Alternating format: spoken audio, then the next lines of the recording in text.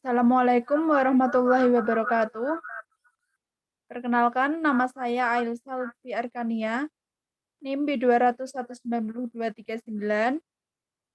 Di sini saya akan menjelaskan mengenai sistem keuangan syariah.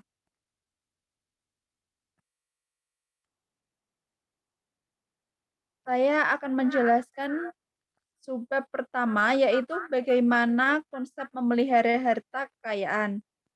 Yang kedua, bagaimana memperoleh dan menggunakan harta dalam syariah. Yang ketiga, akad atau kontrak atau transaksi. Dan yang keempat, transaksi yang dilarang. Yang kelima, prinsip sistem keuangan syariah. Dan yang terakhir, yaitu berbagai jenis instrumen keuangan syariah. Yang pertama, konsep memelihara harta kekayaan. Memelihara harta bertujuan agar harta yang dimiliki oleh manusia diperoleh dengan syariah, sehingga harta yang dimiliki halal dan sesuai dengan keinginan pemilik mutlak dari harta kekayaan tersebut, yaitu Allah Subhanahu wa Ta'ala.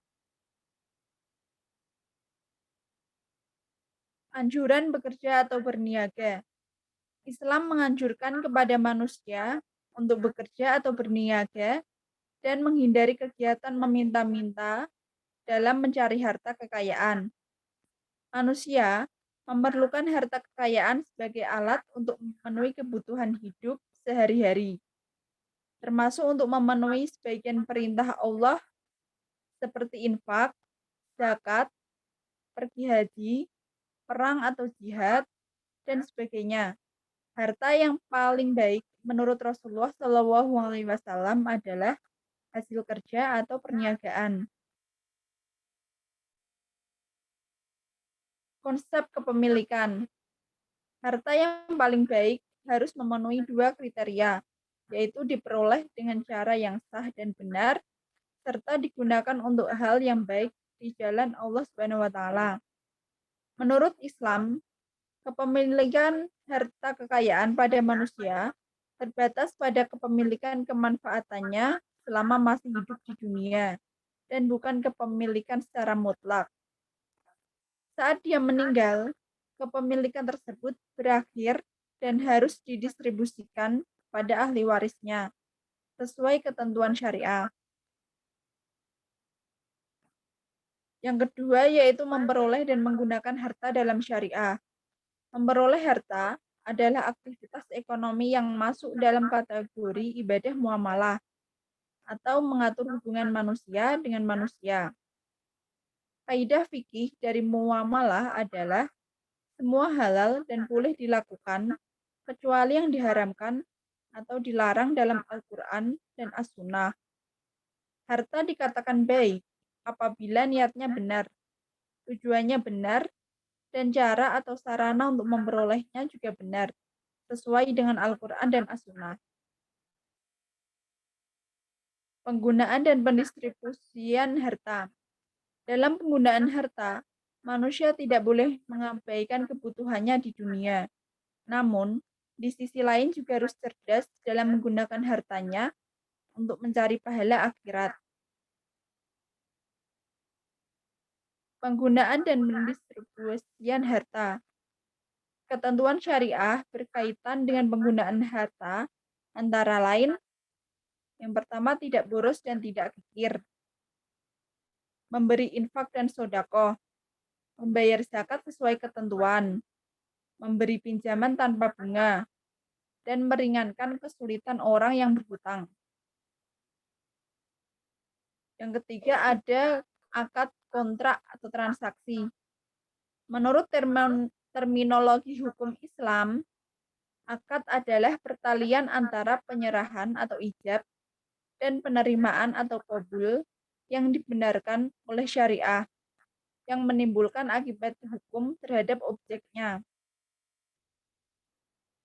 Jenis akad. Akad dari segi ada atau tidak adanya kompensasi. Fikih muamalat membaginya menjadi dua bagian, yaitu akad tabaru dan akad tijaroh atau muawadah. Akad tabaru adalah perjanjian yang merupakan transaksi yang tidak ditunjukkan untuk memperoleh laba atau transaksi nirlaba. Tujuan dari transaksi ini adalah tolong-menolong dalam rangka berbuat kebaikan. Ada 3 bentuk akad tabaru, yaitu yang pertama meminjam uang. Meminjam uang dibagi menjadi 3, yaitu qard, ran, dan hiwalah. Yang kedua yaitu meminjamkan jasa.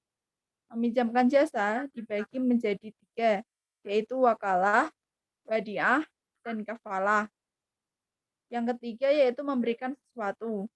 Memberikan sesuatu dibagi menjadi 3, yaitu wakaf, hibah, dan sodakoh. Akad tijaroh merupakan akad yang ditunjukkan untuk memperoleh keuntungan. Dari sisi kepastian hasil yang diperoleh, akad ini dibagi menjadi 2, yaitu natural uncertainty contract dan natural certainty contract.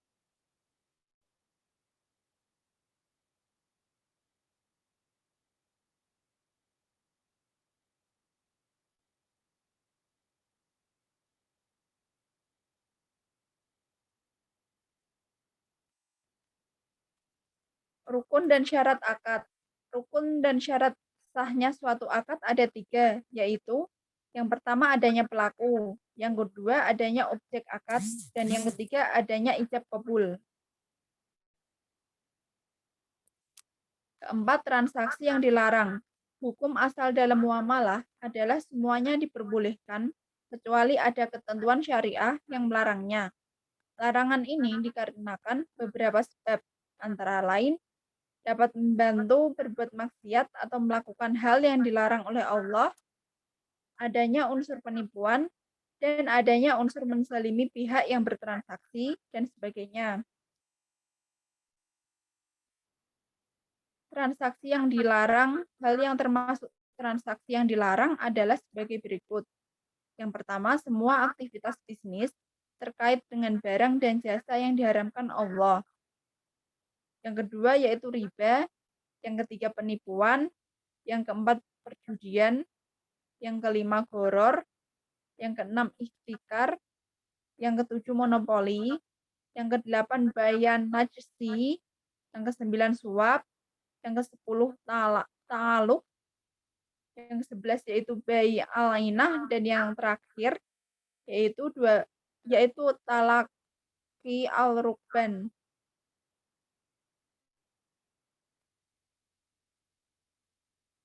Yang keempat, prinsip akuntansi keuangan syariah. Prinsip akuntansi keuangan syariah yaitu pelarangan riba, pembagian resiko, menganggap uang sebagai modal potensial, larangan melakukan kegiatan spekulatif, kesucian kontrak, dan aktivitas usaha harus sesuai syariah. Yang selanjutnya, instrumen keuangan syariah. Instrumen keuangan syariah dibagi menjadi 3, yaitu yang pertama akad investasi. Kelompok akad ini adalah mudharabah, musyarakah, suku atau obligasi syariah, dan saham. Yang kedua yaitu akad jual beli. Kelompok akad ini adalah murabahah, salam, istisna, dan ijaroh. Dan yang terakhir yaitu akad lainnya. Kelompok akad ini adalah sarf, wadiah, qardul hasan, al-wakalah, kafalah, hiwalah, dan ran. Kesimpulan yang saya dapatkan dalam sistem keuangan syariah yaitu sistem keuangan syariah Islam dilakukan untuk memenuhi maksidus syariah bayan memelihara harta. Dalam menjalankan sistem keuangan Islam, faktor yang paling utama adalah adanya akad atau kontrak atau transaksi yang sesuai dengan syariat Islam. Agar akad tersebut sesuai syariah, maka akad tersebut harus memenuhi prinsip keuangan syariah. yang berarti tidak mengandung hal-hal yang dilarang oleh syariah. Sekian penjelasan dari saya. Wassalamualaikum warahmatullahi wabarakatuh.